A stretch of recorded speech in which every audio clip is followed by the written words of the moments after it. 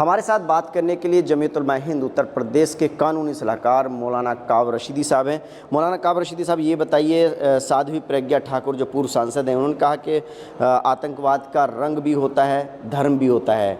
हरा रंग लेकर के मुसलमान जो है आतंकवाद फैलाते हैं, क्या कहना चाहेंगे? देखिए, जो लोग इस देश में महात्मा गांधी के हत्यारे को अपना लीडर मानते हों और जिस पर प्रधानमंत्री जी ये कहते हों कि मैं मन से उनको माफ़ नहीं कर सकता, उनकी बात को कितना सीरियसली लिया जाए ये मैं लोगों के विवेक पर छोड़ देता हूँ।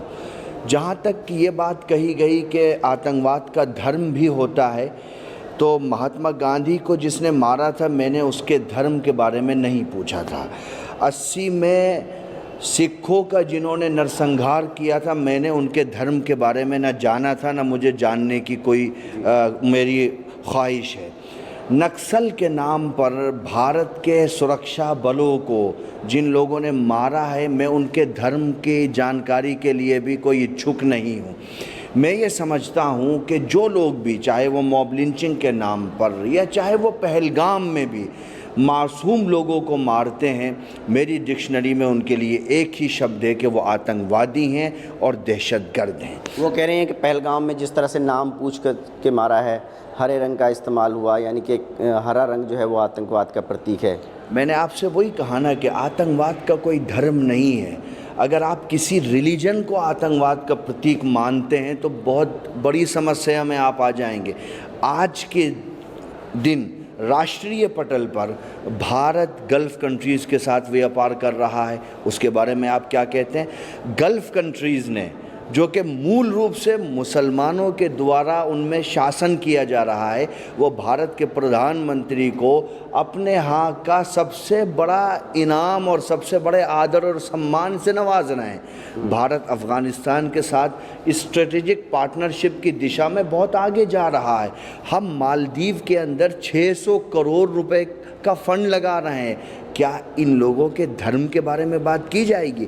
मैंने शुरू में कहा, जो महात्मा गांधी के हत्यारे को देशभक्त बताते हैं, उनके किसी बयान को सीरियसली लेना ये भारत की जनता के विवेक पर छोड़ देना चाहिए।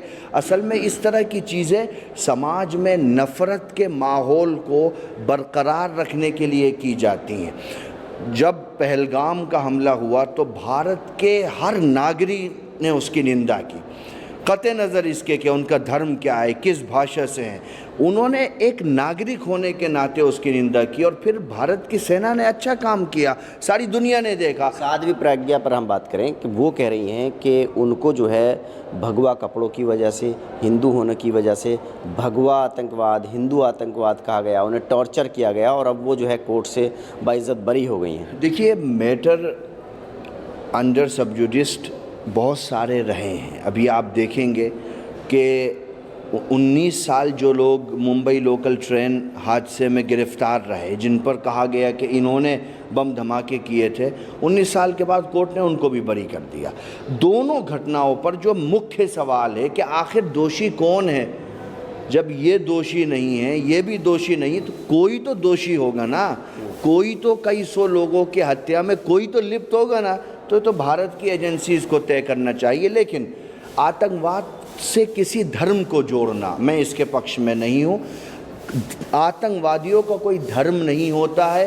फर्स्ट वर्ल्ड वॉर करने वाले कौन थे? क्या आप उनके धर्म पे बात करेंगे? सेकेंड वर्ल्ड वॉर करने वाले कौन थे? क्या आप उनके धर्म पे बात करेंगे? तो आप धर्म का सहारा लेकर के आतंकवादियों को प्रमोट मत करिए। आतंकवाद का कोई धर्म नहीं होता है, हमारी ये साफ नीति है। लेकिन साध्वी प्रज्ञा तो धर्म का भी नाम ले रही हैं और रंग का भी नाम ले रही हैं, तो क्या जमीयत उलमा हिंद इसकी निंदा करती है? देखिए, मैंने कहा ना, ये हर नागरिक को निंदा करनी चाहिए। भारत सरकार को भी सोचना चाहिए ना भाई। जो लोग, आप ये बताओ, सुरक्षा के क्षेत्र में भारत को आत्मनिर्भर करने वाले डॉक्टर APJ अब्दुल कलाम कौन थे? अब हम नहीं बोलना चाहते, लेकिन आप हलक में उंगली डालोगे तो बोलेंगे। फिर भारत को IIT देने वाला कौन था? मैं 25 नाम ऐसे गिना दूंगा, उनको उस भारत की नींव से हटा दो तो आपको भारत दूसरी शक्ल में नज़र आएगा। हम आज दुनिया के सामने खड़े हैं किस वजह से करें? हमें एटमी पावर है, उस एटमी पावर के पीछे एक मुसलमान का आपको कंट्रीब्यूशन। लगता है कि जो लोग भगवा आतंकवाद या हिंदू आतंकवाद की परिभाषा दे रहे थे वो भी गलत थे? मेरा एक कहना है कि कोई स्पेसिफिक धर्म दुनिया के अंदर आतंकवाद की शिक्षा नहीं देता है। कोई धर्म ये नहीं कहता कि आप मासूमों को मारो, बेकसूरों को मारो। जो धर्म का सहारा लेकर के ये करते हैं वो सबसे बड़े क्रिमिनल और धर्म के सबसे बड़े विरोधी होते हैं, वो किसी भी धर्म के हों। कोई धर्म लोगों को मारने की कहाँ शिक्षा देता है? भाई आप चलते हुए लोगों को मार दोगे और आपका धर्म आपको प्रोटेक्ट करेगा, तो उस धर्म के बारे में ही प्रश्न चिन्ह लग जाएंगे। और आप इस्लाम के बारे में कहते हो साहब, इस्लाम तो शांति और प्रेम का धर्म है। जिस मज़हब में ये कहा गया मन क़तल नफ्सन बिग़ैरि नफ्सिन औ फ़सादिन फ़िल अर्दि फ़कअन्नमा क़तल अन्नास जमीआ, एक निर्दोष आदमी को मारना ऐसा है गोया कि पूरे संसार की हत्या करना। वो इस्लाम आतंकवाद को, टेररिज्म को प्रमोट कैसे कर सकता है? देखिए मौलाना काब रशीदी जो है साफ तौर पर इसकी निंदा कर रहे हैं कि कोई आतंकवाद का कोई धर्म नहीं होता, कोई रंग नहीं होता, और जो लोग इस तरह की बात कर रहे हैं वो गलत बात कर रहे हैं।